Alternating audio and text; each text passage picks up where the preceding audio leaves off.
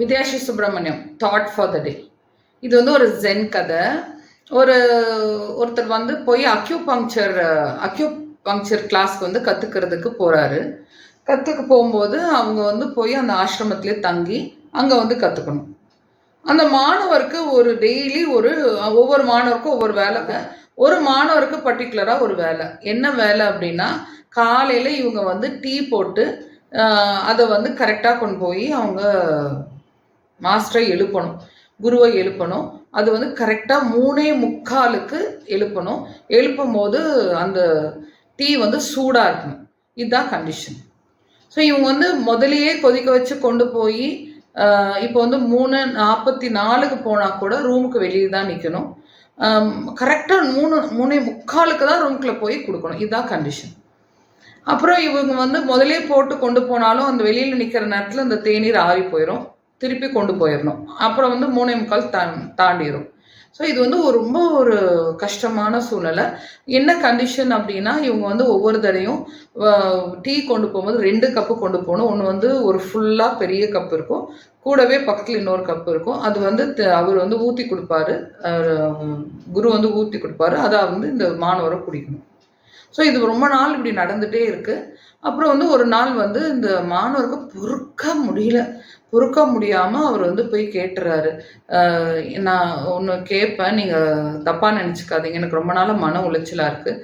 ஏன் நான் கரெக்டாக 3:45 கொண்டு வரணும்? ஏன் அவ்வளோ ஸ்ட்ரிக்டாக இருக்கீங்க? எனக்கு வந்து இது ரொம்ப டெய்லி காலையில் ரொம்ப ஸ்ட்ரெஸ்ஃபுல்லாக இருக்குது அப்படின்னு இவர் கேட்டோடனே இந்த குரு வந்து சொல்கிறாராம், நீ எப்போ இந்த கேள்வி கேட்ப நான் வெயிட் பண்ணிட்டு இருந்தேன், நாளையிலேருந்து நீ இனிமேல் டீ கொண்டு வர வேண்டாம் அப்படின்னு சொல்கிறார். சொன்னோடனே வந்து இவர் வந்து நினச்சிக்கிட்டாரு, குரு கோச்சிக்கிட்டாரு. இல்லை நீங்கள் தப்பாக நினச்சிக்க வேண்டாம், நான் வந்து இனிமேல் உங்களுக்கு ரெகுலராக கரெக்டாக கொண்டு வந்துடுறேன், எனக்கு திடீர்னு கேட்கணும்னு தோணுச்சு.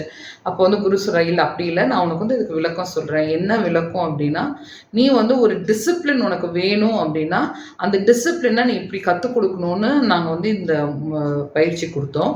எப்படி அப்படின்னா, ஒரு டைம் நீ சிகிச்சை கொடுக்கும் போது ஒரு டைமை கண்டிப்பாக கரெக்டாக ஃபாலோ பண்ணாதான் அது வந்து கரெக்டாக வரும். அதே மாதிரி நீ வந்து ஒரு ஆசிரியர்கிட்ட நீ வரும்போது நீ வந்து ஏற்கனவே நீ டீ குடிச்சு ஃபுல்லாக வந்தீங்கன்னா ஆசிரியர்கிட்ட நீ எதுவுமே எடுத்துக்க முடியாது. அதனால தான் நீ வந்து வெறும் வயிற்றோட எங்களுக்கு டீ போட்டு கொண்டு வரணும்.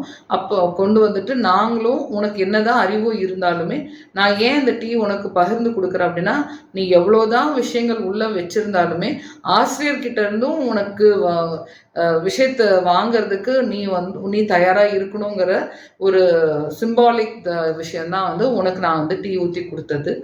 அந்த டைம் ஏன் அப்படின்னா, அப்போ தான் வந்து நீ ப்ரிசைஸாக நீ பண்ணுவ. உன் மூளை வந்து இதுக்கு வந்து ஒன்று ஆர்கனைஸ் பண்ணுறதுக்கு இவந்தோ கஷ்டப்பட்டாலுமே நீ பல நாள் வந்து நீ கரெக்டாக கொடுத்துருக்க. ஒரு சில நாள் தான் நீ மிஸ் பண்ணியிருக்க. நீ மிஸ் பண்ணும்போது ஆறணுன்னு அதனால திருப்பி அனுப்புகிறோம். திருப்பி அனுப்பும்போது உனக்கு வந்து மனசு உளைச்சலாக இருக்கு இல்லையா, நீ டைமுக்கு கொடுக்கல, டீ குடிப்பாரா குடிக்க மாட்டாரான்னு, இது எல்லாமே உன்னை பக்குவப்படுத்துறதுக்கு தான்ப்பா இந்த மாதிரி எக்ஸசைஸ் கொடுத்தோம். இனிமே நீ வந்து நல்ல சிறந்த வந்து மருத்துவராக நீ வருவ. நீ மருத்துவத்தில் கற்றுக்க வேண்டியதே டைமுக்கு கரெக்டாக பண்ணணும், சின்சியராக பண்ணணும். அதை வந்து மற்றவங்களுக்கு ஏற்ற மாதிரி பண்ணும். மற்றவங்களுக்கு டைம் தவறுனா மற்றவங்களுக்கு பெரிய பாதிப்பு வரும். நீ பண்ணுற முயற்சி வேஸ்ட் ஆகுங்கிற பல விஷயங்கள் நீ கற்றுக்குவ. அதனால தான் உங்களுக்கு இந்த மாதிரி பாடம் சொல்லி கொடுத்தோன்னு சொன்னாங்க.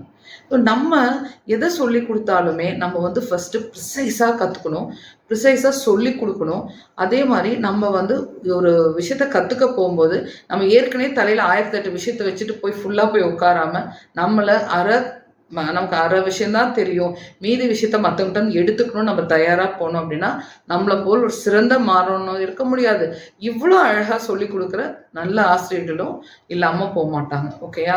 ஸோ நம்ம சிறந்த மாணவனாக இருந்தாலும் அப்படி இருக்கணும், சிறந்த ஆசிரியராக இருந்தாலும் அப்படி தான் இருக்கணும். ஓகேயா? ஒருவரை தவறாக புரிந்து கொள்வதில் முதல் இடத்திலும் சரியாக புரிந்து கொள்வதில் கடைசி இடத்திலும் இருக்கிறோம். எல்லோரும் நல்லவர்கள் என்று நினைப்பது தவறு இல்லை. எல்லா நேரமும் நல்லவர்களாகவே இருப்பார்கள் என்று நினைப்பதுதான் தவறு. நேரத்திற்கு தகுந்தவாறு மாறுவதில் சில நேரங்களில் கடிகாரமும் தோற்றுவிடுகிறது சில மனிதர்களிடம். நம்மை யாரும் காயப்படுத்துவதில்லை.